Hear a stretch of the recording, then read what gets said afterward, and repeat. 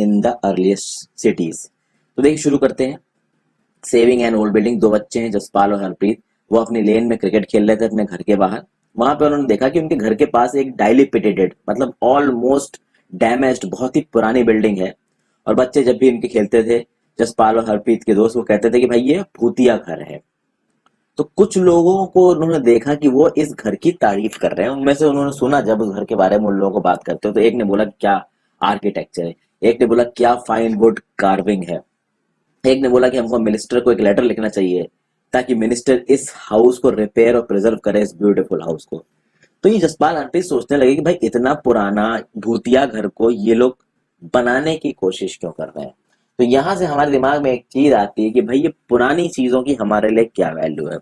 सबसे पहले हम बात करते हैं स्टोरी ऑफ हड़प्पा की। देखिए जो पुरानी बिल्डिंग्स होती हैं वो पुरानी होती हैं, पुराने समय की होती हैं, और पुराना समय बहुत कुछ बताता है, इसलिए वो बिल्डिंग्स भी बहुत कुछ बताती हैं। पहली बार लगभग 150 साल पहले, और यहाँ पे जब भी मैं 150 साल पहले टाइम में बैक जाता हूँ तो मैं 2000 के रिस्पेक्ट में बात कर रहा हूँ, 2020 के रिस्पेक्ट में बात कर रहा हूँ, 2020 चल रहा है, मैं 2080 के रिस्पेक्ट में बात कर रहा हूँ। तो लगभग 150 साल पहले यानी लगभग 1850 में जब रेलवे लाइंस बिछ रही थी, और मैंने आपको बताया था कि 1848 से लेकर 56 तक लॉर्ड डलहौजी थे भाई ब्रिटिश गवर्नमेंट के रिप्रेजेंटेटिव इंडिया में, और उनके राज के दौरान रेलवे चालू हुई थी। लमसम जब 150 साल पहले रेलवे लाइंस पहली बार पंजाब में लगाई जा रही थी, तो इंजीनियर्स गलती से हड़प्पा नाम की जगह पे पहुंच गए प्रेजेंट डे पाकिस्तान में। और जब उन्होंने हड़प्पा की साइट को देखा तो उनको लगा कि भैया ये एक ऐसी जगह है जहां से हमको हाई क्वालिटी ब्रिक्स बन सकते हैं। तो उन्होंने किया क्या कि रेलवेज को बनाने के लिए बहुत सारे थाउजेंड्स ऑफ ब्रिक्स वो वॉल से उखाड़ के ले गए रेलवे लाइंस को बनाने के लिए। आप समझ रहे हो ना फ्रेंड्स कि उन इंजीनियर्स को, वो जो लोग जो रेलवे का काम कर रहे थे, उनको कोई आइडिया ही नहीं था कि ये जगह क्या है, कितनी पुरानी है, कुछ नहीं पता था। उनको उस जगह पे जो भी काम की चीजें लगी उन्होंने उखाड़ा, उसके तोड़ ताड़ के ले गए रेलवे लाइंस बनाने में जो जो चीजें भी उनकी मदद करेंगी। और काफी सारी बिल्डिंगें, काफी सारी जगह है उस साइट की उन्होंने बर्बाद कर दी। ये 150 साल पहले की बात हो रही है, लगभग 1850 की। फिर अभी से 80 साल पहले यानी लगभग 1920 की बात करते हैं। आर्कियोलॉजिस्ट इस साइट पे पहुंचे, और जब आर्कियोलॉजिस्ट इस साइट पे पहुंचे तो आर्कियोलॉजिस्ट का तो काम ही है कि साइंटिफिकली पता करना कि हिस्ट्री में हुआ क्या। तब उनको रियलाइज हुआ कि भैया ये तो इस सब कॉन्टिनेंट की one of the oldest sites है। ये तो हिस्ट्री, पूरा हिस्ट्री का आप कह सकते हैं कि बहुत बड़ा सोर्स है यहाँ पे। तो ये हड़प्पा की साइट पहली साइट थी जो डिस्कवर हुई थी, और ऐसी बहुत सी साइट्स डिस्कवर होने लगी सिमिलर बिल्डिंग्स के साथ, सिमिलर जगहों के साथ, सिमिलर लेआउट के साथ। इसलिए पूरी सिविलाइजेशन को बोला गया हड़प्पन सिविलाइजेशन। ये जो सिटीज थी ये फ्लॉरिश कर रही थी 4700 साल पहले, और 2000 से 4700 साल पहले मतलब हो गया लमसम 2720। अब एग्जैक्ट इसको मत मानिएगा फ्रेंड्स, 50-100 साल आगे पीछे चलेगा जब हिस्ट्री की बात करते हैं। तो यहां पे आपको समझ में आया कि देखिए भैया ओल्ड बिल्डिंग्स को नई बिल्डिंगों के लिए तोड़ दिया जाता है। क्या आपको लगता है कि ओल्ड बिल्डिंग्स को प्रिजर्व करना जरूरी है? बिल्कुल जरूरी है। जो हमारी हेरिटेज बिल्डिंग्स हैं उनको प्रिजर्व करना जरूरी। इनफैक्ट फ्रेंड्स, आप मुंबई जैसे सिटीज में चले जाइए, मेरठ जैसे सिटीज में चले जाइए, जो एक इंपॉर्टेंट सेंटर रहे हैं ब्रिटिश राज के लिए, तो ब्रिटिशर्स के टाइम पे जो हेरिटेज बिल्डिंग्स बनाई गई थी उनको तक को प्रिजर्व करना चाहिए, क्योंकि जो चीज हेरिटेज है उसको काम के हिसाब से यूज करा जा सकता है, सस्टेनेबली प्रिजर्व किया जा सकता है, क्योंकि वो हमारे हिस्ट्री का एक इंपॉर्टेंट हिस्सा है। अब ये जो हड़प्पा में जो सिटीज मिली थी इनके बारे में कुछ स्पेशल फैक्ट्स देख लेते हैं। पहली बात तो देखते हैं कि जो सिटीज थी पाकिस्तान में पंजाब और सिंध के इलाके में मिली थी, यानी पंजाब और सिंध प्रांत जो है पाकिस्तान का वहां मिली थी। इंडिया में मिली थी गुजरात स्टेट, हरियाणा स्टेट, राजस्थान, पंजाब, हरियाणा में एक साइट रखी गई। वैसे बहुत से साइट्स हैं, सबके बारे में हम बात करेंगे। यहाँ पे आर्कियोलॉजिस्ट को बहुत से यूनिक ऑब्जेक्ट्स मिले, और कुछ यूनिक ऑब्जेक्ट्स तो ऐसे हैं जो ज्यादातर सिटीज में पाए गए, जैसे red pottery painted with design in black, stone weights, seals, special beads, copper tools, ये सब हर जगह पाए गए हैं। कुछ जगहों पे कुछ चीज पाई गई, कुछ जगहों पे कुछ चीज नहीं पाई गई, लेकिन ये जो चीजें हैं जैसे red pottery painted with design in black, stone weight measurement करने के लिए, सील्स करेंसी की तरह इस्तेमाल हो रहा, स्पेशल बीड्स, कॉपर टूल्स, ये ऑलमोस्ट हर हड़प्पन साइट पे पाए गए हैं। अब इस सिटी की खास बात क्या थी? ये जो सिटीज थी ना फ्रेंड्स, इनमें से काफी सारी सिटी दो हिस्सों में डिवाइडेड थी। एक हिस्सा पश्चिम की तरफ होता था, एक पूरब की तरफ। जो हिस्सा पश्चिम की तरफ होता था वो थोड़ा छोटा होता था पर एक हाईयर एलिवेशन पे होता था, यानी कि ये वेस्ट की तरफ जो हिस्सा है वो हाईयर एलिवेशन पे होगा, जो ईस्ट की तरफ हिस्सा है वो थोड़ा नीचे होगा। तो जो ईस्ट की तरफ हिस्सा है इसको बोलते थे लोअर टाउन, उसको आप कह सकते हो अपर टाउन। दोनों हिस्सों में चारों तरफ बेक्ड ब्रिक या बर्न्ट ब्रिक से ढका जाता था दीवारों को, और ये ब्रिक इतनी अच्छी तरीके से बर्न की जाती थी या बेक की जाती थी कि thousands of year in bricks को बर्न किया जाता है ताकि ये डिस्ट्रॉय ना हो और इनकी जो ड्यूरेबिलिटी है वो बढ़ जाए। और इतनी अच्छी तरीके से इनको बेक किया गया था कि भैया हजारों साल चली है। और ये जो ब्रिक्स थी ना, एक इंटरलॉकिंग पैटर्न में थी, और इस इंटरलॉकिंग पैटर्न में होने की वजह से जो दीवारें थी ये बहुत स्ट्रांग हो गई थी। ये इंटरलॉकिंग पैटर्न क्या है फ्रेंड्स, अगर बात की जाए तो देखिए यहाँ पे देखिए ये इंटरलॉकिंग पैटर्न आपको नजर आ रहा है, ध्यान से देखिएगा एरो, ये जो है ये ब्रिक्स लंबी लगी हुई है सीधी, और यहाँ ब्रिक्स इस तरीके से लगी हुई है टेढ़ी। तो एक बार लंबी लगी एक बार टेढ़ी लगी, समझ गया बात। तो यहाँ पे भी देख लीजिए फ्रेंड्स, यहाँ पे कुछ इस डायरेक्शन में लगी हुई होंगी और इसके ऊपर देखिए लंबी लगी हुई है। तो इंटरलॉकिंग मतलब एक लंबी एक टेढ़ी, एक लंबी एक टेढ़ी, जगह के हिसाब से, स्पेस के हिसाब से, स्ट्रक्चर के हिसाब से ये इंटरलॉकिंग पैटर्न बनाया जाता था। कोई फिक्स्ड इंटरलॉकिंग पैटर्न नहीं है। और वो इंटरलॉकिंग पैटर्न कुछ ऐसा था कि इन वॉल्स को कस के पकड़ के रखता था। कुछ सिटीज थी जहां पे स्पेशल बिल्डिंग्स बनाई गई थी सिटाडेल पे। सिटाडेल अभी अभी मैंने आपको बताया कि जो देखिए फ्रेंड्स, जो ऊपरी पोर्शन था जो छोटा था, पश्चिम में था और ऊंचाई पे था, उसको बोला जाता है सिटाडेल, ठीक है ना। और जो दूसरा था वो नीचे की तरफ था। तो सिटाडेल की अगर बात की जाए तो उसमें कुछ स्पेशल बिल्डिंग्स बनाई गई थी, जैसे कि मोहनजोदड़ो की अगर आप बात करेंगे, मोहनजोदड़ो नाम की पिक्चर भी आई थी, ठीक है, कुछ लोगों को खराब नहीं लगी, बट ठीक है, हिस्ट्री का एक अच्छा रिप्रेजेंटेशन किया गया है उस मूवी में, ठीक है। आप एक बार उस मूवी को जरूर देखिए, मूवी को एंटरटेनमेंट के पर्पस के नहीं, नॉलेज के पर्पस से देखिए, तो कुछ अच्छा वहां पे रिप्रेजेंट करने की कोशिश की गई है। तो जो मोहनजोदड़ो, वहां पे बहुत स्पेशल बाथिंग टैंक मिलता है जिसको आर्कोलॉजिस्ट ने कहा ग्रेट बाथ। इस ग्रेट बाथ के इनर साइड पे जो वॉल थी उसमें ब्रिक्स लगाए गए, उनको प्लास्टिक से कोटेड की गई और वाटर टाइट किया गया एक लेयर ऑफ नेचुरल टार से। वाटर टाइट मतलब वाटर सीप करके ग्राउंड के अंदर ना चला जाए, क्योंकि ग्राउंड के अंदर चला जाएगा तो पानी उसमें से निकल जाएगा। उस ग्रेट बाथ में दो तरफ से स्टेप्स दिए गए ताकि लोग उतर के उसके अंदर जा सकते हैं। उसके चारों तरफ रूम्स थे, पास के कुएं से उसमें पानी लाया जाता था और ड्रेनेज के भी प्रॉपर आउटलेट्स दिए गए थे उसमें। यानी कि ये कहा जाता है कि ये पूरे चांसेस है कि कुछ स्पेशल ओकेजन्स पे, कुछ जरूरी ओकेजन्स पे कुछ हाई क्लास के लोग इसमें डिप करते होंगे। एक बार हम लोग इस ग्रेट बाथ को देख लेते हैं। देखिए ये रहा आपका ग्रेट बाथ जो कि मोहनजोदड़ो में मिला। देखिए इस तरफ से भी स्टेप से नीचे जाने के लिए, इस तरफ से भी स्टेप से नीचे जाने के लिए, और चारों तरफ इसके घर बने हुए थे। अभी यहाँ पे क्लियरली विजिबल नहीं है, बहुत सारी बिल्डिंगें टूट भी गई होंगी, सारे स्ट्रक्चर्स तो अब वैसे के वैसे होंगे नहीं। इस फिगर में आपको कुछ इंपॉर्टेंट साइट्स दिख रही है फ्रेंड्स। देखिए ये हड़प्पा, राखीगढ़ी, कालीबंगन, गनवेरी वाला, मोहनजोदड़ो, सुक्ता कोट, चानूदारो, ढोलावीरा, सुरकोतड़ा, लोथल। लोथल एक बहुत इंपॉर्टेंट डॉकयार्ड था, प्रेजेंट डे गुजरात में है। देखिए मैंने इंदस वैली की और हड़प्पन की साइट्स के ऊपर अलग से वीडियो बनाई है, आप हिस्ट्री की प्लेलिस्ट में जाके या फिर आप मेरे नाम के साथ यूट्यूब पे सर्च मार दीजिए, आपको मिल जाएंगे वीडियोस। मेरे चैनल हर्षित द्विवेदी में बहुत सारी चीजें अवेलेबल हैं, आप चाहें अपनी नॉलेज के पर्सपेक्टिव से तो देख सकते हैं। फिर जो बाकी सिटीज थी सिविलाइजेशन की, जैसे कालीबंगन हो गई, लोथल हो गई, जैसे लोथल यहाँ दिख रहा है आपको, ठीक है। हड़प्पा की बात की हमने, हड़प्पा यहाँ दिख रहा है, कालीबंगन यहाँ दिख रहा है।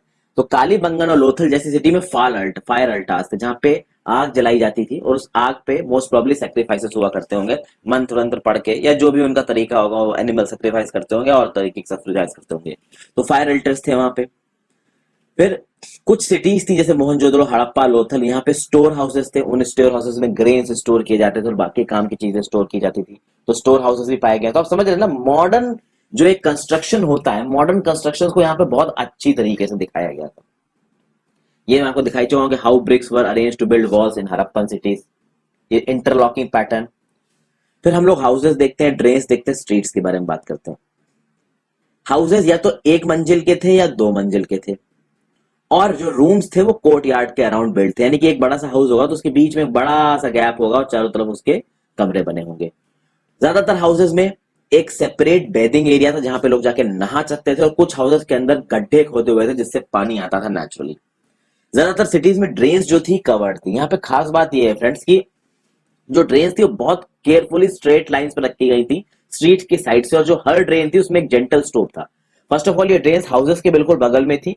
दूसरा, इन ड्रेन्स में जेंटल स्टोव था ताकि वाटर नेचुरली फ्लो करके बाहर निकल जाए, ड्रेन क्लॉग ना हो, जम ना जाए। ये जो ड्रेन्स थी in the houses were connected to those on the streets, and smaller drains led into the bigger ones. As the drains were covered, inspection holes provided at intervals to clean them. All three houses, drains and streets were probably planned and built at the same time. देखिए drains देखते हैं एक बार यहाँ पे। देखिए friends, ये बगल में घर बने हुए हैं, इस साइड पे घर से एक छोटी सी ड्रेन निकलेगी, मेन ड्रेन में जाएगी। ये मेन ड्रेन एक स्लोप पे होगा ताकि एक डायरेक्शन में पानी बह सके। इस ड्रेन को उस समय पे ईंटों से कवर किया जाता था ताकि फाउल स्मेल, गंदगी हवा में ना फैले। प्लस इन ड्रेन्स में थोड़ी थोड़ी जगहों पे एक आउटलेट दिया जाता था, ये चेक करने के लिए कि क्लॉग कहाँ पे है। अगर गलती से मान लीजिए किसी चीज की वजह से, सॉलिड पार्टिकल की वजह से ड्रेन जम गई और पानी ठीक से नहीं बह रहा, गंदगी ठीक से नहीं बह रही है, तो उसको निकालने के भी अरेंजमेंट। तो आप समझ रहे ना कि घरों से पानी निकलने के लिए छोटी ड्रेन बनाई गई। वो ड्रेन कुछ इस तरीके से बनाई गई कि जो स्ट्रीट पे घरों के साइड से ड्रेन निकली उसमें पानी चला जाए, और हर छोटी छोटी ड्रेन जो बहुत सारे घरों के साइड से होकर निकल रही है वो बाद में जाके एक बड़ी ड्रेन से निकलेगी जो पानी पूरा गंदा वहां से निकाल ले जाएगी। और ये जो ड्रेन्स थी कवर्ड होती थी ताकि जो फाउल स्मेल है, जो गंदगी है, वो एयर को एक्सपोज्ड ना हो। और कुछ कुछ जगहों पे ड्रेन में होल का इंतजाम होता था ताकि इन ड्रेन्स को साफ किया जा सके, ये क्लॉग ना हो जाए, इनमें गंदगी जम ना जाए। अब दो डिफरेंसेस पूछने को कहा गया है वो हाउसेस से, जो कि आपने चैप्टर 2 में पढ़े थे, और जो यहाँ पे आप हड़प्पन सिविलाइजेशन के हाउसेस को देख रहे हो, वहां पे आपने मेहरगढ़ कल्चर के हाउसेस को देखा। तो मेहरगढ़ कल्चर के हाउसेस को आपने कंपार्टमेंट्स में देखा, तो वहां पे कंपार्टमेंट में चीजें बनी हुई थी, ठीक है। उन कंपार्टमेंट में कुछ जगहों पे लोग रहते थे और कुछ जगहों पे ग्रेन्स वगैरह स्टोर करते थे। यहाँ पे जो हाउसेज हैं, उन हाउसेज के बीच में एक कोर्टयार्ड है, और कोर्टयार्ड के चारों तरफ कमरे बने हैं। हड़प्पन कल्चर में जो हाउसेज थे उनके घर के अंदर ही कुआं मिलता था, जरूरी नहीं है कि मेहरगढ़ में वो कुआं मिले। तो आप समझ सकते हैं कि जो हड़प्पन सिविलाइजेशन था वो मेहरगढ़ सिविलाइजेशन से कहीं ज्यादा मॉडर्न था। मॉडर्निटी वाला जो एलिमेंट था वो बहुत ज्यादा था आपका हड़प्पन सिविलाइजेशन में। फिर लाइफ इन द सिटी की बात करें तो जो हड़प्पन सिटी थी वो बहुत बिजी प्लेस था। कुछ लोग थे जिन्होंने उस जगह पे जो बिल्डिंगें बनी है, हड़प्पन कल्चर की सिटीज में जो बिल्डिंग बनी, उनको प्रॉपर तरीके से प्लान किया था। और ऑब्वियसली बात है, प्लानिंग का काम जो उस जगह की सिटीज के हेड रहे होंगे उन्होंने किया होगा। तो उन हेड को अभी के लिए हम रूलर्स बोल देते हैं। पूरे चांसेस है कि जो रूलर्स थे उन्होंने लोगों को दूर दराज जगहों पे भेजा, अपने रिप्रेजेंटेटिव्स को या फिर मर्चेंट्स को। उनसे कहा कि वहां से आप मेटल लेके आइए, कुछ प्रीशियस स्टोन्स लेके आइए, कुछ और चीजें लेके आइए, ऐसी चीजें जो यहाँ पे नेटिव अवेलेबल नहीं थी पर दूर दराज के एरिया से लाई गई थी। तो इससे पता चलता है कि ट्रेड भी फ्लोरिश कर रहा था उस टाइम पे। जो रूलर्स थे उनको वैल्यूएबल ऑब्जेक्ट्स का शौक था, उनके पास सोने के, चांदी के ऑर्नामेंट्स हुआ करते थे, ब्यूटीफुल बीड्स हुआ करते थे, इस तरीके की चीजें होती थी। स्क्राइब्स थे, स्क्राइब्स मतलब जो लिखते थे, पीपल को पता होता था, लोगों को पता था कि लिखना कैसे है, और वो लिख के सील्स को प्रिपेयर करते थे। लेकिन प्रॉब्लम ये थी कि बहुत पहले की बात है, तो राइटिंग तो इनके यहाँ पे डेवलप्ड थी, बट वो जिस चीज पे लिखते थे बहुत सारी चीजें ऐसी रही होंगी जो आज सर्वाइव ही नहीं की होंगी। जैसे अगर उन्होंने किसी चीज को अगर लकड़ी पे लिखा होगा तो वो आज तक सर्वाइव ही नहीं करी होगी। बहुत सारी लीफलेट्स होंगी जो आज तक सर्वाइव ही नहीं करी होंगी। कुछ सर्वाइव कर गई जिससे हमने चीजों को समझने की कोशिश की है, लेकिन हम अभी तक हड़प्पन सिविलाइजेशन की स्क्रिप्ट को समझ नहीं पाए हैं। यहाँ पे कुआं दिख रहा है जो आपको घरों के अंदर मिलता था उस समय पे, ठीक है। तो स्ट्रीट का भी एग्जाम्पल दे दिया है हमने, वेल का भी एग्जाम्पल लिया है। हर तरीके की लोग हुआ करते थे उस समय पे। हड़प्पन सिविलाइजेशन में क्राफ्ट पर्सन थे जो बहुत तरीके की चीजें बनाते थे अपने वर्कशॉप में, चाहे वो घड़े हों, चाहे वो और काम की चीज हो, चाहे वो क्ले पॉट्स हों, चाहे वो छोटे छोटे टॉयज हों। फिर जो लोग दूर दराज के इलाकों में जाते थे, खासकर मर्चेंट्स ही जाते होंगे, तो वो जब वापस आते थे तो बहुत सारे रॉ मटेरियल्स लेके आते थे, साथ साथ दूसरी जगहों की बहुत सारी स्टोरीज लेके आया करते थे। बहुत जगह पे टेराकोटा टॉयज मिले हैं जिससे बच्चे खेला करते थे। इन टॉयज को आप यहाँ पे इस इमेज में देख सकते हैं। यहाँ पे आपको एक फार लेफ्ट पे एक हड़प्पन सील नजर आ रही है, उस सील के नीचे की तरफ एक जानवर दिख रहा है, ऊपर की तरफ एक स्क्रिप्ट दिख रही है। इस स्क्रिप्ट को आज तक आर्कियोलॉजिस्ट समझ नहीं पाए हैं। ये एक बहुत मेजर रीजन है कि हमें आज तक हड़प्पन सिविलाइजेशन के बारे में पूरी जानकारी इसलिए नहीं मिली क्योंकि उनकी सील्स पे जो लिखा है उस लिखाई को हम समझ नहीं पाए हैं, और उस वजह से आज तक हम जान नहीं पाए हैं कि पूरी तरीके से वो ऑर्गेनाइजेशन, वो जो सिविलाइजेशन था वो क्या था। ये टेराकोटा टॉयज है, आज भी इस तरीके के टॉयज लोग बनाते हैं अपने घरों में जिनको शौक होता है। तो फिर make a list of the people who lived in the city, right any of these people listed as living in the villages such as Mehrgarh. ये एक एक्टिविटी है जो आपको अपनी क्लास में करना है। कहने का मतलब ये है कि मेहरगढ़ में जो लोग रह रहे थे और यहाँ पे जो लोग रह रहे थे उनके बीच में क्या डिफरेंसेस थे, वे ऑफ लिविंग में क्या डिफरेंसेस थे, क्या मेहरगढ़ की लिविंग और यहाँ की लिविंग एक जैसी ही थी। कुछ इस तरीके की चीजों को आप खुद से सॉल्व करने की कोशिश कीजिए, डिस्कस करके कोशिश कीजिए, और ये चीज आपको तब पता चलेगी जब टाइम पीरियड देखेंगे। देखिए मेहरगढ़ का जो कल्चर था वो कब शुरू हुआ, और ये जो हड़प्पन सिविलाइजेशन का कल्चर था ये कब शुरू हुआ। हड़प्पन सिविलाइजेशन का कल्चर मेहरगढ़ के बाद 2-3 हजार साल बाद आया है, तो आप समझ सकते हैं कि ऑब्वियसली थोड़ा डेवलप्ड होगा। बट मेहरगढ़ सिविलाइजेशन में हड़प्पन कल्चर के बहुत से साइंस मिलते हैं। फिर यहाँ पे लेफ्ट साइड पे देखिए फ्रेंड्स, आपको बहुत ही अच्छे से एकदम प्रॉपर पॉलिश किए हुए स्टोन वेट्स दिख जाएंगे। ये स्टोन वेट्स के जो वेट्स थे वो बहुत प्रिसाइजली मेजर करके बहुत तरीके से इनको शेप में लाया गया था। चर्ट के बने हुए होते थे, ये चर्ट एक तरीके का स्टोन है, और ये वेमेंट में काम होते होंगे। प्रीशियस स्टोन को वे करने के लिए, मेटल्स को वे करने के लिए, तो वेमेंट के भी मैकेनिज्म, पैमाने थे सिविलाइजेशन, हड़प्पन सिविलाइजेशन के लोगों के पास। यहाँ पे आप दिख रहा है फ्रेंड्स आपको कि ये बीड्स आपको नजर आ रहे हैं, ये बीड्स हैं। ये बीड्स कार्नेलियन के बने हुए हैं, जो कि एक रेड स्टोन होता है। स्टोन को काटा जाता था, पॉलिश किया जाता था, शेप किया जाता था, स्टोन के अंदर से एक होल बोर किया जाता था ताकि उसके थ्रू स्ट्रिंग निकल सके। तो इन सब के अंदर से एक स्ट्रिंग निकलती थी जो इनको कनेक्ट करती थी। राइट साइड पे आपको स्टोन ब्लेड्स नजर आ रहे हैं। फिर नीचे की तरफ आपको एम्ब्रॉयडर्ड क्लॉथ नजर आ रहा है जो कि इसने पहन रखा है। देखिए एक स्टोन स्टैचू है, ये मोहनजोदड़ो में कोई एक इंपॉर्टेंट पर्सन रहा होगा उस टाइम पे, इसकी एक स्टोन स्टैचू बनाई गई। आप देख सकते हैं कि उसने एक एम्ब्रॉयडर्ड रंग का क्लॉथ लपेट रखा है, और उसके बर्ड्स को कितनी अच्छी तरह, मतलब उसकी दाढ़ी को कितनी अच्छी तरीके से दिखाया गया है। तो ये मोहनजोदड़ो से, तो बेडेड मैन की जो स्टोन स्टैचू है कहां से मिली है, याद रखिएगा मोहनजोदड़ो से मिली है। ये एक इंपॉर्टेंट क्वेश्चन बनता है कॉम्पिटिटिव एग्जाम्स में, ठीक है। तो अब हम यहाँ पे देख रहे हैं वो ऑब्जेक्ट्स जो हड़प्पन सिटीज में मिले। वैसे तो मैंने आपको पिक्चर के रिप्रेजेंटेशन से बता ही दिया, थोड़ा इसको भी देख लेते हैं। ज्यादातर जो चीजें आर्कोलॉजिस्ट को मिली है वो या तो पत्थर से बनी है, शेल से बनी है, या मेटल से बनी है। मेटल में कॉपर, ब्रॉन्ज, गोल्ड और सिल्वर मिला है, यानी यहाँ पे मेटल्स का प्रयोग अच्छा खासा आ चुका था। आपको पता है फ्रेंड्स, पैलियोलिथिक एज आज से 12,000 साल पहले खत्म हो गई थी। उसके बाद मीजोलिथिक एज आई थी। मीजोलिथिक एज में भी हम स्टोन्स का इस्तेमाल कर रहे थे, और ये जो आपका हड़प्पन सिविलाइजेशन का टाइम है ये लगभग 4700 साल पहले का टाइम है, 4700 ईयर्स पहले का टाइम है। उस समय में मेटल्स का प्रयोग ये लोग करने लगे थे। कॉपर, ब्रॉन्ज का प्रयोग ये लोग टूल्स बनाने में, वेपन्स बनाने में, बर्तन बनाने में, वेसल्स बनाने में करते थे। गहने बनाने में और वेसल्स बनाने में गोल्ड और सिल्वर का भी इस्तेमाल किया जाता था।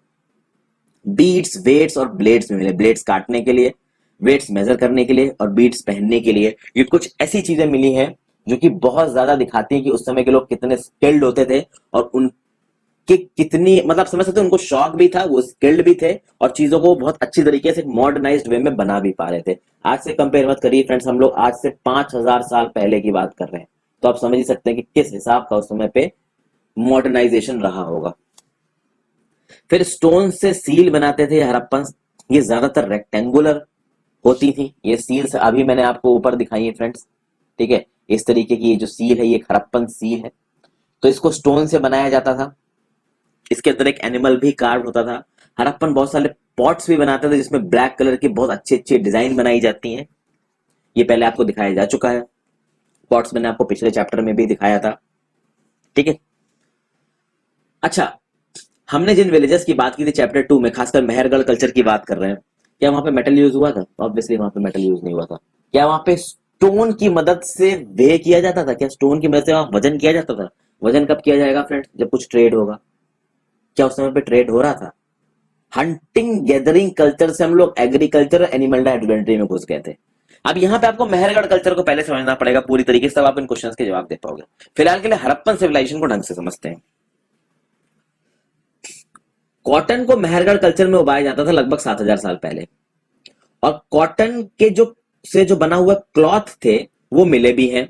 कुछ कॉपर, कुछ मोहनजोदड़ो की साइट्स पे actual pieces of cloth were found attached to the lid of a silver vase and some copper objects at Mohenjodaro. यानी क्लॉथ के कुछ पीसेस, यानी कॉटन के क्लॉथ के कुछ पीसेस सिल्वर वेस की लेड पे या कुछ कॉपर ऑब्जेक्ट्स पे मिले हैं मोहनजोदड़ो में। फिर आर्कियोलॉजिस्ट को एक स्पिंडल वोर्स वीविंग में काम आता है।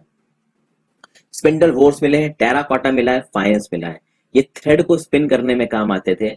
और स्पिनिंग एक प्रोसेस होता है, मैंने आपको फाइबर टू फैब्रिक में बताया था कि कैसे कॉटन के प्लांट से जो कॉटन निकलता है उसको फैब्रिक में बदलते हैं। तो टेराकोटा, फाइंस और स्पिंडल वोर्स की मदद से स्पिनिंग करके कपड़ा बनाने का प्रोसीजर शायद इनको थोड़ा थोड़ा पता था। आज जिस टेक्निकल एफिशिएंसी से हम कपड़ा बनाते हैं, उस एफिशिएंसी से नहीं पता होगा, बट फिर भी एक यार्न को एक कपड़े में बदलने की आर्ट हड़प्पन सिविलाइजेशन के लोगों को पता थी। अब फाइंस देखते हैं क्या होता है।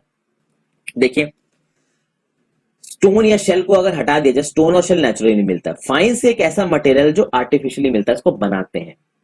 एक चिपकने वाले गम की मदद से सैंड या पाउडर्ड क्वार्ट्ज को शेप देके एक ऑब्जेक्ट में बदला जाता है, फिर उसको ग्लेज करके एक शाइनी ग्लासी सरफेस दी जाती है, और वो सर जो कलर होता है सरफेस का वो ब्लू या सी ग्रीन होता है, और फिर इस फाइन से बीड्स, बैंगल्स, इयररिंग्स और टाइनी वेसल्स बनाए जाते हैं। ये देखिए फाइंस का एग्जांपल दिख रहा है आपको। तो फाइंस इज आर्टिफिशियली मेड, ये याद रखिएगा।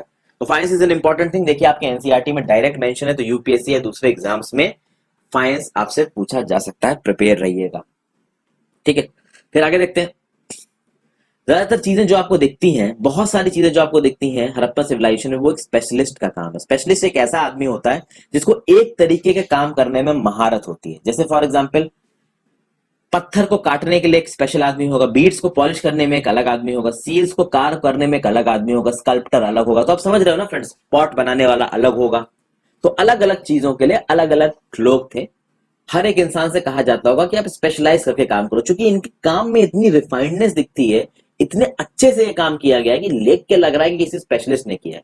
अब मेरे और आपके जैसे लोग, अगर हम किसी एक चीज में स्पेशलिस्ट है, मान लीजिए कि मैं बहुत अच्छी पेंटिंग बनाता हूं, तो भले ही मैं अगर एक नेचुरल पेंटर होकर मैं बचपन से अच्छे से प्रैक्टिस करूंगा तो मैं एक अच्छी पेंटिंग बना पाऊंगा। ऐसा नहीं हो सकता कि मैं अच्छी पेंटिंग भी बना रहा हूं, अच्छा क्रिकेट भी खेल रहा हूं, अच्छा फुटबॉल भी खेल रहा हूं। ठीक ठाक हो सकता है हर चीज, लेकिन परफेक्ट नहीं हो सकती। तो हड़प्पन सिविलाइजेशन में जो लोग थे वो परफेक्ट थे अपने काम में। जैसे कि मैंने आपको बताया था कि मोहनजोदड़ो से जो इंपॉर्टेंट आदमी की फोटो मिली थी, उसकी बेल्ट देखिए, उसकी दाढ़ी देखिए, क्या बहुत जबरदस्त तरीके से बना रखी है। उसने जो कपड़ा पहना है वो कितने जबरदस्त तरीके से बना रखा है। तो आप देख रहे हैं ना कि कितने अच्छे से उसके फेस को कार्व किया गया है। फिर से दिखाता हूँ, प्रॉपर आदमी लग रहा है, इसकी फेस को कितने अच्छे से कार्व कर रखा है, इसकी दाढ़ी को कितने अच्छे से दिखा रखा है। हो सकता है इसी तरीके का दाढ़ी का फैशन रहा हो उस टाइम पे, ठीक है। हो सकता है दाढ़ी को इस तरीके से काट के फैशनेबल हो, उस तरीके के लोग हम लोग अभी तो बता नहीं सकते, पर हो सकता है उस समय के लोग फैशनेबल रहे हो। कपड़े की डिजाइन कितनी अच्छी बना रखी है स्कार्फ करने वाले पर्सन ने। तो आप समझ सकते हैं कि उस समय के लोग स्पेशलिस्ट हुआ करते थे, और हर कोई स्पेशलिस्ट नहीं हो सकता।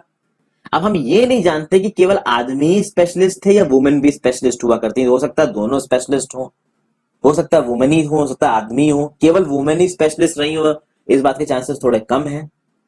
ये हम नहीं बता सकते कि वुमेन मैन दोनों थे या कोई एक था, इसके बारे में कोई जानकारी नहीं है। अब in search of raw materials की बात करते हैं। देखिए, रॉ मटेरियल्स वो ऐसे सब्सटेंसेस होते हैं जो नेचुरली मिलते हैं। जैसे लकड़ी नेचुरली मिलती है, मेटल के ओर्स नेचुरली मिलते हैं, हम बनाते नहीं है ना, इनको फार्मर या हर्डर्स उगाते हैं। और इन रॉ मटेरियल्स का प्रयोग करके फिनिश गुड्स बनाया जाता है। फॉर एग्जाम्पल, कॉटन का प्रयोग करके एज अ रॉ मटेरियल कपड़ा बनाया जाता है।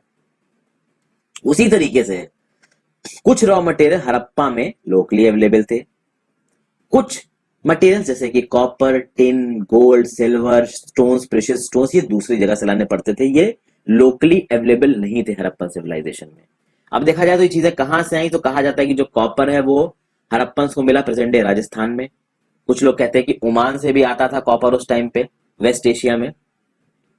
फिर क्या होता था कि कॉपर के साथ टिन को मिलाया जाता था। ये जो टिन था वो आपका प्रेजेंट डे अफगानिस्तान से आता था और ईरान से आता था, और टिन और कॉपर को मिलाने से बनता था ब्रॉन्ज, ठीक है।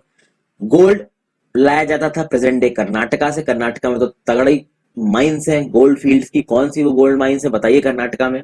फिर प्रेशियस स्टोन्स मिलते थे present day Gujarat, Iran, Afghanistan में। इनफैक्ट अगर आप लोग पिक्चर भी देखते होंगे तो आप समझ जाएंगे कि जो गोल्ड है ये प्रेजेंट डे कर्नाटका में कहां से आता है। अभी रिसेंट में एक पिक्चर आई थी जो काफी फेमस हुई थी इससे, ठीक है। फिर प्रेशियस स्टोन्स आते थे प्रेजेंट डे गुजरात, ईरान और अफगानिस्तान से।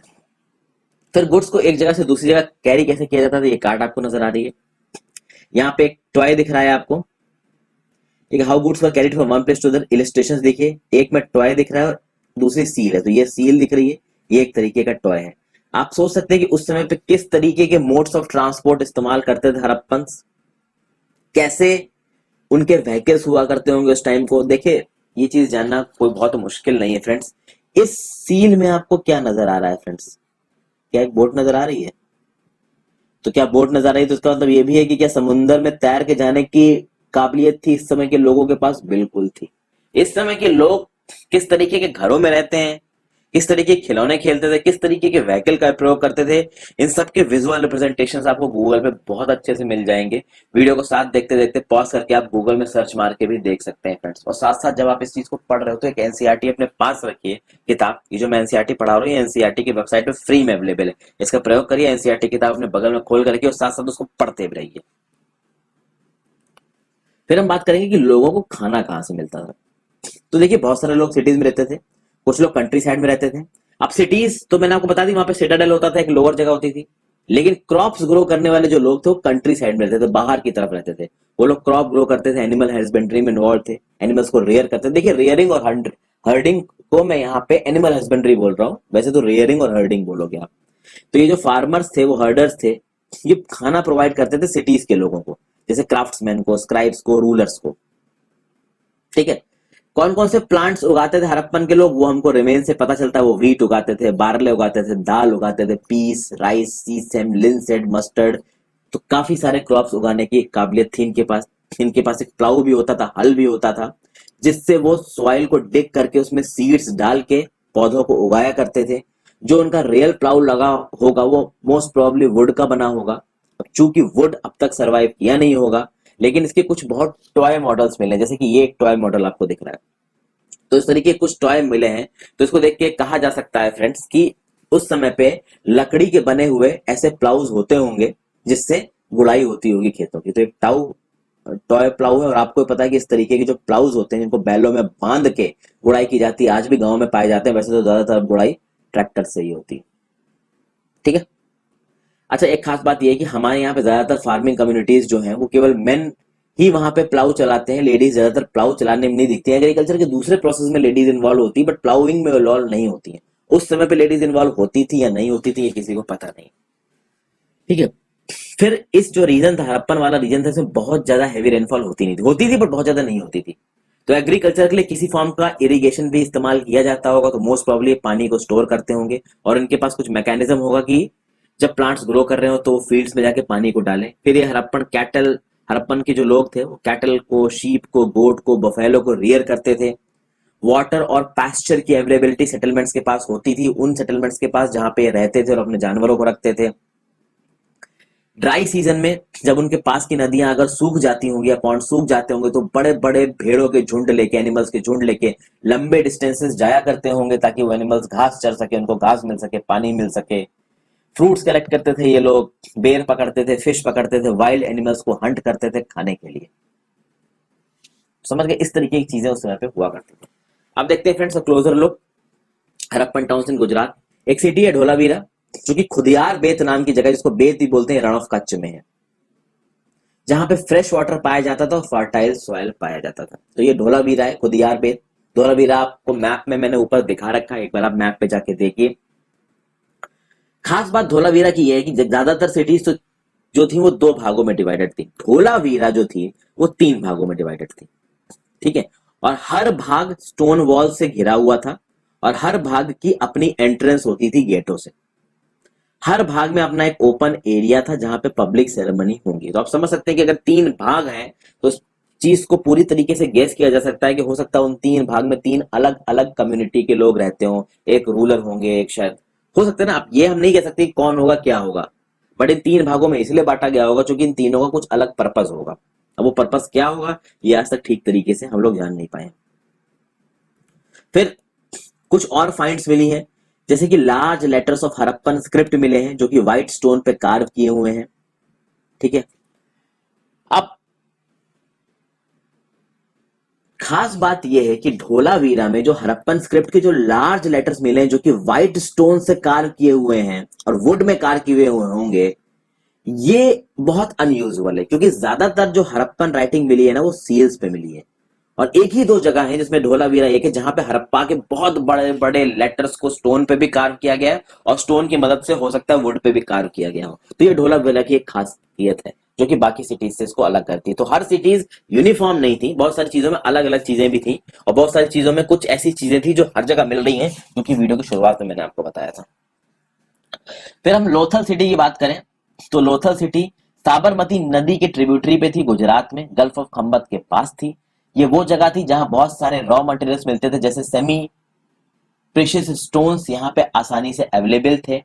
यहाँ पे बहुत इंपॉर्टेंट बिजनेस सेंटर था जहाँ पे स्टोन से ऑब्जेक्ट्स बनाए जाते थे, शेल से ऑब्जेक्ट्स बनाए जाते थे, मेटल से ऑब्जेक्ट बनाए जाते थे। उस सिटी में एक स्टोर हाउस भी था, स्टोर हाउसेस बहुत सिटी में मिले हैं, लोथल में भी था, ठीक है। और इस स्टोर हाउस में बहुत सारे सील्स और सीलिंग्स मिली हैं जिसमें इंप्रेशन ऑफ सील्स है क्ले पे। तो इन स्टोर हाउसेस में हमको बहुत सारी सील्स मिली हुई हैं। यहाँ पे आप नीचे देख रहे हैं फ्रेंड्स, एक डॉकयार्ड दिख रहा है, ठीक है। ये जो ह्यूज टैंक को हो सकता है डॉकयार्ड के थ्रू की तरह इस्तेमाल किया जाता है। यहाँ पे बोट्स और शिप आते होंगे सी से, एक रिवर चैनल के थ्रू। यहाँ पे गुड्स की लोडिंग और अनलोडिंग होती होगी। यानी आप ये देखिए, एक बड़े से टैंक को बनाया गया, पानी है, यहाँ पे एक आउटलेट रहा होगा जहां से रिवर का कनेक्शन दिया होगा, उस रिवर्स के थ्रू बोटें आती होंगी और यहाँ पे आके अनलोड होती होंगी, यहीं से उस पर सामान चढ़ाया जाता होगा और फिर वो रिवर के रास्ते समुद्र से होते हुए दूसरी जगह जाती होंगी। अब बहुत सारी बोटें डूब जाती होंगी क्योंकि उस समय की बोटें छोटी हुआ करती थी, ज्यादा स्ट्रांग नहीं हुआ करती थी, तो उसके बारे में हमें ज्यादा पता नहीं है। फिर एक बिल्डिंग मिली है जहां पे हमको ये कहा जा सकता है कि वो बिल्डिंग एक वर्कशॉप थी बीड्स बनाने के लिए, स्टोन्स के पीसेस बनाने के लिए, हाफ मेड बीड्स बनाने के लिए, टूल्स फॉर बीड मेकिंग।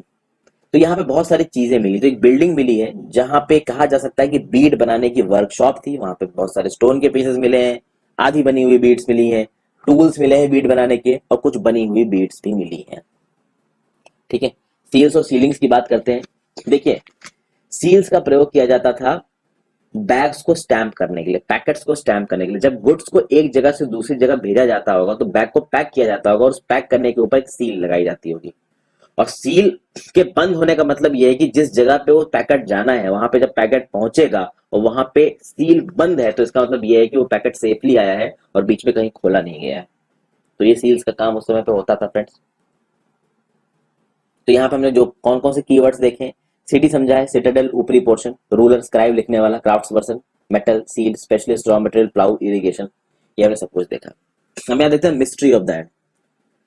लगभग 3900 ईयर्स अगो हमने देखा कि एक मेजर चेंज आना शुरू हुआ। लोगों ने शहरों में रहना बंद कर दिया, राइटिंग, सील्स और वेट्स का प्रयोग होना बंद हो गया, दूर से जो रॉ मटेरियल्स आते थे वो आने बंद हो गए, मोहनजोदड़ो में सड़कों पर गंदगी जमा होने लगी, जो ड्रेनेज सिस्टम था वो खराब हो गया, टूट हो गया, जो हाउसेस बने हुए थे वो टूटने लगे।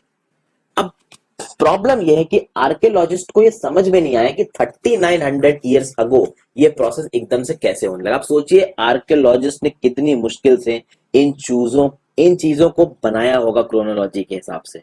और आज इस बात पे एक बहुत बड़ी डिबेट चलती है कि एकदम से ये हड़प्पन सिविलाइजेशन खत्म कैसे हो गई कुछ 100 सालों में। ये कैसे हुआ ये किसी को नहीं पता। कुछ लोगों को पता कि भैया नदियां सूख गई इसलिए हो गया, कुछ लोगों ने बोला कि डिफॉरेस्टेशन हो गया, पेड़ कट गए इसलिए हुआ, ठीक है। कुछ लोगों ने बोला, अच्छा एक और रीजन बोला गया कि this could have happened because fuel was required for baking bricks and for smelting copper ores. तो फ्यूल की कमी हो गई। फिर एक मिनट, ये जो बेक करने के लिए ब्रिक्स थी और कॉपर ओर्स को स्मेल्ट करने के लिए जो आग होती थी कहां से आती थी? वो पेड़ों को काट के आती थी फ्रेंड्स। तो ये कहा गया कि पेड़ इतने ज्यादा काट दिए गए कि अब लकड़ी बची ही नहीं ब्रिक्स को बेक करने के लिए, कॉपर ओर्स को स्मेल्ट करने के लिए। तो इसलिए भी ये सिविलाइजेशन खत्म हो गई। फिर ये बोला गया कि बहुत सारे हर्ड्स ऑफ कैटल और शीप हुआ करते थे, बकरियां हुआ करती थी, गाय भैंस हुआ करती थी, जिन्होंने ग्रीन कवर को डिस्ट्रॉय कर दिया।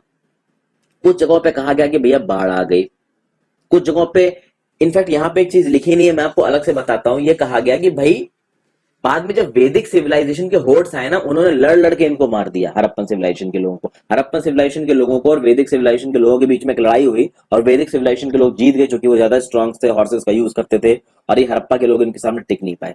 तो नदियां सूख गई, इतने ज्यादा पेड़ काट दिए कि डिफॉरेस्टेशन हो गया, तो फ्यूल ही नहीं बचा कॉपर ओर बनाने के लिए, ब्रिक्स को बर्न करने के लिए। शीप्स कैटल ने इतनी ज्यादा ग्रेजिंग कर ली कि पूरा का पूरा ग्रीन कलर उड़ गया, नदियों ने अपना कोर्स शिफ्ट किया, फ्लड्स आ गई। ये कुछ ऐसी वजह दी गई है जिसकी वजह से कहा गया है कि हड़प्पन सिविलाइजेशन धीरे धीरे धीरे धीरे खत्म होने लगी। फिर ये भी कहा गया था कि जो रूलर्स थे हड़प्पन सिटीज के, उनका कंट्रोल धीरे धीरे जाने लगा। हालांकि कंट्रोल कैसा हुआ करता था, किस टाइप के रूलर्स हुआ करते थे, किसी को भी पता नहीं है फ्रेंड्स। तो सिंध में जो साइट्स थी, पंजाब में जो साइट्स थी, पाकिस्तान में, उनको अबैंडन कर दिया गया और लोग दूसरी जगहों पे जाके रहने लगे। और 1400 साल बाद, मतलब इसके खत्म होने के 1400 साल बाद नई सिटीज आई जिनके हम आगे पढ़ेंगे। यहाँ पे एक इंपॉर्टेंट सा वो है, इजिप्ट को अपने एटलस में देखिए, मैं वैसे भी इजिप्ट आपको पिछले वाली वीडियो में मैप के थ्रू दिखा चुका हूँ। ज्यादातर इजिप्ट एक डेजर्ट है, एक बहुत बड़ी रिवर नाइल बहती है इजिप्ट के थ्रू, जिसकी वजह से काफी सारा लैंड फर्टाइल हो गया है, लेकिन ज्यादातर इजिप्ट डेजर्ट है। 5,000 साल पहले इजिप्ट में बहुत सारे रूलर्स राज किया करते थे। ये जो रूलर्स थे वो अपनी आर्मी भेजते थे दूर दराज के इलाके में, ताकि वो सोना, सिल्वर, आयोरी, टिम्बर और दूसरे प्रीशियस स्टोन्स को लेके आ सकें। इन रूलर्स ने बड़े बड़े टॉम्ब्स बनाए जिनका नाम है पिरामिड्स। इजिप्टियन पिरामिड्स देखने के लिए दुनिया भर के लोग आते हैं, और जब ये राजा मरे तो इनकी बॉडीज को इन पिरामिड्स में बरी कर दिया गया, प्रिजर्व कर दिया गया, ना इनको जलाया गया, बस इसमें प्रिजर्व करके रख दिया गया। और जब इनको प्रिजर्व करके रखा गया तो उसको बोला जाता है ममीज। और जब इनको मम्मी बनाया गया तो उनके साथ साथ उनके सारे ऑब्जेक्ट्स को भी इसके साथ बरी कर दिया गया, जैसे कि उनका खाना पीना, कपड़े, बर्तन, यूटेंसिल्स, म्यूजिकल इंस्ट्रूमेंट, सब कुछ कर दिया गया। अब दुख की बात यह है कि इनके मरने के साथ साथ आप उनकी चीजों को बरी कर रहे हो तब तक तो ठीक है, जो इनके नौकर चाकर हुआ करते थे ना उनको भी इनके साथ मम्मीफाई कर दिया गया जिंदा। तो आप समझ सकते हैं फ्रेंड्स कि क्या हिसाब रहा होगा। तो ये this is one of the most elaborate burials known in human history. In Egyptian pyramids को देखने के लिए दुनिया भर से लोग जाते हैं। और क्या, इजिप्ट का टूरिज्म तो वैसे भी सस्ता है, तो लोग जा सकते हैं। इजिप्ट तो एक डेवलपिंग कंट्री है, इंडिया से भी बुरे हालात है उसके, काफी सस्ती है, तो आप देखने के लिए जा सकते हैं, बट पूरे उसके साथ जाइएगा, अपने आप को सेफ करके जाइएगा। वीजा भी बहुत आसानी से मिल जाता है, हालांकि अभी कोरोना वायरस का आउटब्रेक चल रहा है, तो अभी तो कहीं जाना मुश्किल ही लग रहा है। ठीक है, यहाँ पे एक चीज पूछी गई है कि do you think these Kings would have needed these things after death. एक सिली सा सवाल है, सबको इसका जवाब पता है। यहाँ पे एक इमेजिन करने को बोला गया है कि आप इमेजिन करिए कि आप 4,000 साल पहले लोथल से मोहनजोदड़ो जा रहे हैं अपने पेरेंट्स के साथ। तो आप बस इमेजिन करके देखिए कि उस जर्नी में आपके पेरेंट्स अपने साथ क्या लेके जा रहे हैं, और आपने मोहनजोदड़ो में क्या क्या देखा होगा। इसके लिए आप एक काम कर सकते हो, मोहनजोदड़ो मूवी देख सकते हो, तो उससे आपको थोड़ा आइडिया लग जाएगा। कुछ इंपॉर्टेंट डेट्स हैं। कॉटन कल्टीवेशन मेहरगढ़ में लगभग 7,000 साल पहले शुरू हुआ। सिटीज की शुरुआत भी 4700 साल पहले हुई, जब ये हड़प्पन सिविलाइजेशन फ्लोरिश कर रही थी। फिर इन हड़प्पन सिविलाइजेशन की सिटीज का एंड कब शुरू हुआ, लगभग 3900 ईयर्स अगो शुरू हुआ, और दूसरी सिटीज की शुरुआत हुई 2500 साल पहले। इस 3900 ईयर्स अगो से 2500 ईयर्स अगो के बीच में 1400 सालों में क्या हुआ, इसके बारे में अभी भी शोध जारी है, बहुत ज्यादा क्लियरिटी से अभी लोगों को पता नहीं है। तो आई होप वीडियो आपको पसंद आई फ्रेंड्स। पसंद आई तो चैनल को सब्सक्राइब कर लीजिएगा, इंस्टाग्राम पे मुझे फॉलो कर